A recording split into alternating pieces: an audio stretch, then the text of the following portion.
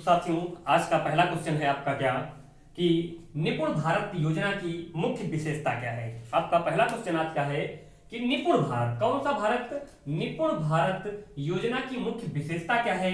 ठीक है, तो साथियों पहला ऑप्शन है आपका क्या कि 3 से 9 वर्ष के बच्चों को सीखने की जरूरत को क्या करना है, पूरा करना है। ऑप्शन दूसरा है 4 से 10 वर्ष के बच्चों की सीखने की जरूरत को पूरा करना है। ऑप्शन तीसरा है आपका 6 से 9 वर्ष के बच्चों की सीखने की जरूरत को पूरा करना है। और ऑप्शन आपका क्या है चौथा, 5 से 9 वर्ष के बच्चों की सीखने की जरूरत को क्या करना है, पूरा करना है।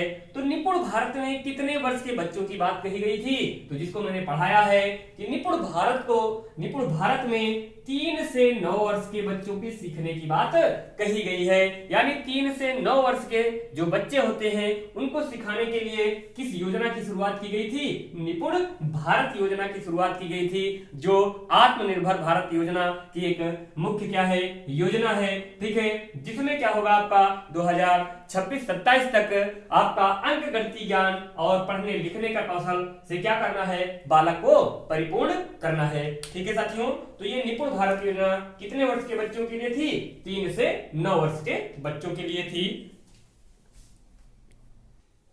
ठीक है साथियों, तो अगला क्वेश्चन है आपका क्या कि निपुण भारत योजना को कितने भागों में विभाजित किया गया। यानी निपुण भारत योजना को कितने भागों में विभाजित किया गया, तो कितने भागों में। पहला ऑप्शन है आपका क्या 27 भाग, दूसरा है आपका क्या 17 भाग, तीसरा है आपका क्या 37 भाग और चौथा है आपका क्या 47 भाग। यानी निपुण भारत योजना को कितने भागों में विभाजित किया गया है, तो इसको मैंने बताया है कि आपका जो निपुण भारत योजना है वो निपुण भारत योजना कितने भागों में डिवाइड है, 17 भागों में निपुण भारत योजना को क्या किया गया है, बांटा गया है। ठीक है साथियों, अगला क्वेश्चन कह रहा है आपका क्या बच्चों का आकलन किस प्रकार किया जाएगा। बच्चों का आकलन यानी आकलन किस प्रकार किया जाएगा। ऑप्शन पहला है आपका केवल शिक्षकों के द्वारा, ऑप्शन दूसरा है आपका मुख्य अध्यापक के द्वारा, ऑप्शन तीसरा है जिलाधिकारी के द्वारा, ऑप्शन चौथा है विभिन्न प्रकार की तकनीकों का उपयोग करके। यानी एक बच्चे का मूल्यांकन करना है तो इन 4 ऑप्शनों में कौन सा ऐसा ऑप्शन जो सटीक होगा। ठीक है, तो कौन सा ऑप्शन होगा आपका कि विभिन्न प्रकार की क्या है तकनीकों का उपयोग करके हम क्या कर सकते हैं, बच्चों का आकलन कर सकते हैं। ठीक है, न केवल शिक्षक के द्वारा होगा, न केवल मुख्य अध्यापक के द्वारा होगा, न जिलाधिकारी के द्वारा होगा, बल्कि बच्चे का आकलन किसके द्वारा होगा, विभिन्न प्रकार की तकनीकों का उपयोग करके उसका क्या करना है, आपको आकलन करना है। ठीक है साथियों, अगले क्वेश्चन की बात करते हैं। स्कूल मॉडल के द्वारा किन्हें मदद मिलेगी। यानी स्कूल मॉडल के द्वारा किन्हें मदद मिलेगी, किन लोगों को स्कूल मॉडल के द्वारा मदद की जाएगी। ठीक है साथियों, यानी निपुण भारत में स्कूल मॉडल की बात की गई है कि स्कूल मॉडल में किन बच्चों को मदद मिलेगी। ठीक है, तो पहला ऑप्शन है आपका क्या इंटरमीडिएट के छात्रों को मदद मिलेगी, नहीं मिलेगी, निपुण भारत में इनकी बात नहीं कही गई है। स्नातक के छात्रों को मदद मिलेगी, इनकी भी बात नहीं कही गई है। मेडिकल के छात्रों को मदद मिलेगी, इनकी भी बात नहीं कही गई है। बात किसकी कही गई है, प्री स्कूल, यानी प्री स्कूल आपका जो छोटे बच्चों का स्कूल होता है आंगनबाड़ी से लेकर आपका, ठीक है, जो आंगनबाड़ी के स्कूल हैं आपका प्री 1, प्री 2 और प्री 3, उनमें यानी आपका क्या है, उन बच्चों को मदद के लिए क्या किया गया है, स्कूल मॉडल की बात कही गई है। तो ऑप्शन आपका कौन सा सही होगा, चौथा ऑप्शन सही होगा। बच्चों के प्री स्कूल यानी बाल वाटिका के बच्चों को ये मॉडल क्या करेगा, मदद करेगा। ठीक है साथियों, अब 5वें क्वेश्चन की बात करते हैं। तो 5वां क्वेश्चन कहता है कि स्कूल मॉडल कितने महीनों का रखा गया है। ठीक है साथियों, स्कूल मॉडल जो आपका निपुण भारत में स्कूल मॉडल बनाया गया है वो कितने महीने का रखा गया है। तो साथियों कितने महीने का, 2 महीने का, 3 महीने का, 4 महीने का या 6 महीने का। ठीक है साथियों, तो निपुण भारत में जो स्कूल मॉडल बनेगा वो क्या है, 3 महीने का रखा गया है। 3 महीने के मॉडल में बच्चों को क्या करना है, आंगनबाड़ी में खिलौने उपलब्ध कराने हैं। बच्चा अपने घर से खिलौने लेके आए और जो आंगनबाड़ी में खिलौने हैं उन खिलौनों के माध्यम से वो क्या करे, केवल खेले वहां पर। ठीक है, तो 3 महीने वो केवल स्कूल आने का अभ्यास करेगा। ठीक है साथियों, तो स्कूल मॉडल में आपका कितने महीने का स्कूल मॉडल रखा गया है, तो 3 महीने का रखा गया है। ठीक है साथियों, अब अगला क्वेश्चन है कि निपुण भारत योजना को कितने स्तरों में बांटा गया है। तो निपुण भारत योजना को कितने स्तरों में बांटा गया, 6 स्तर में या 8 स्तर में या 5 स्तर में या 3 स्तर में, कितने स्तरों में बांटा गया है। तो साथियों मैंने पढ़ाया है कि आपका जो निपुण भारत है वो कितने स्तरों में है, 5 स्तरों में बांटा गया है। ठीक है, वो 5 स्तर कौन से हैं आपके, आपका राज्य है। ठीक है, राज्य के बाद आपका क्या होता है, जिला स्तर हो, हाँ यानी आपका क्या राष्ट्रीय स्तर होगा, राष्ट्रीय स्तर के बाद आपका क्या होगा, राज्य स्तर होगा, राज्य स्तर के बाद जिला स्तर होगा, जिला स्तर के बाद आपका क्या होगा, ब्लॉक स्तर होगा, ब्लॉक स्तर के बाद आपका क्या होगा, स्कूल स्तर होगा। यानी 5 भागों में इस निपुण भारत योजना को क्या किया गया है, बांटा गया है। ठीक है साथियों,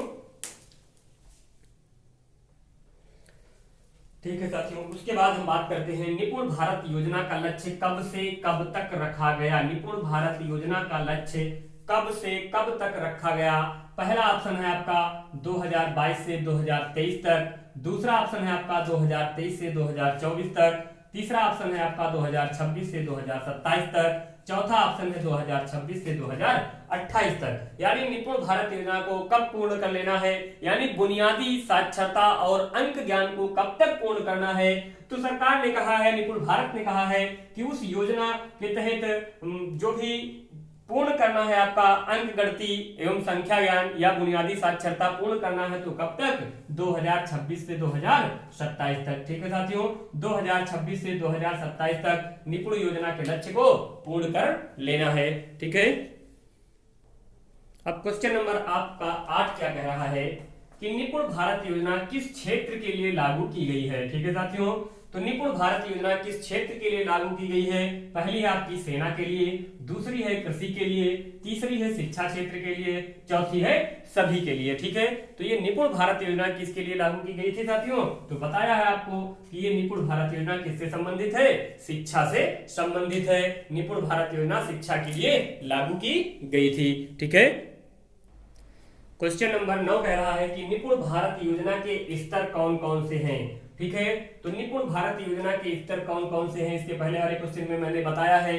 कि निपुण भारत योजना के स्तर कितने हैं, 5 स्तर हैं। ठीक है, तो 5 क्या हैं, आपका राष्ट्रीय, राज्य, जिला, गांव, ये तो होगा नहीं क्योंकि इसमें 4 स्तर हैं। फिर आपका क्या है, राष्ट्रीय, राज्य, ब्लॉक, गांव, इसमें भी क्या है, 4 स्तर हैं, ये भी नहीं हो सकता है। ठीक है साथियों, उसके बाद तीसरा ऑप्शन कहता है कि राष्ट्रीय, राज्य, जिला, ब्लॉक और स्कूल। उसके बाद चौथा ऑप्शन कहता है कि राष्ट्रीय, जिला, राज्य, स्कूल, ब्लॉक। ठीक है साथियों, तो यानी इसमें कौन सा ऑप्शन ऐसा है जो क्या होता है, इस तरह की निपुण भारत योजना के स्तरों के लिए है। ठीक है, तो कौन सा है आपका, तो निपुण भारत योजना राष्ट्रीय स्तर पर काम करेगी, उसके बाद राज्य स्तर पर काम करेगी, फिर जिला स्तर पर काम करेगी, फिर ब्लॉक स्तर पर काम करेगी, फिर क्या स्कूल स्तर पर काम करेगी। तो ऑप्शन आपका कौन सा सही हो रहा है, तीसरा ऑप्शन आपका क्या हो रहा है, सही हो रहा है। ठीक है साथियों, आज का लास्ट क्वेश्चन 10वां क्वेश्चन है आपका क्या, रीना कक्षा में दी गई किसी समस्या को सुलझाने के लिए, किसी समस्या को सुलझाने के लिए अलग अलग तरकीबों के बारे में क्या करती है, सोचती है। तो वह निम्न में से किसका प्रतीक होगा, मानसिक क्षति का प्रतीक होगा, कि कम परिज्ञानता बोधगम्यता का प्रतीक होगा, कि अभिसारी सोच का प्रतीक होगा, कि अपसारी सोच का प्रतीक होगा। यानी कोई समस्या उसको मिलती है तो उस समस्या के बारे में वो क्या करती है, विभिन्न तरकीबें यानी विभिन्न बातों को क्या करती है, वो सोचती है, उन तरकीबों को सोचती है। तो वो क्या होगा, ठीक है, मानसिक क्षति होगा या कम परिज्ञानता होगा या अपसारी चिंतन होगा या अपसारी चिंतन होगा। तो किस चिंतन में बालक क्या करता है, एक समस्या के बहुत रूप से देखता है, तो किसमें, आपका अपसारी सोच में। किस सोच में साथियों, अपसारी सोच में। ठीक है साथियों, किस सोच में, आपका अपसारी सोच में। ठीक है साथियों, इसके बाद अगले क्वेश्चन आएंगे आपके लिए, तब तक के लिए जय हिंद, जय भारत।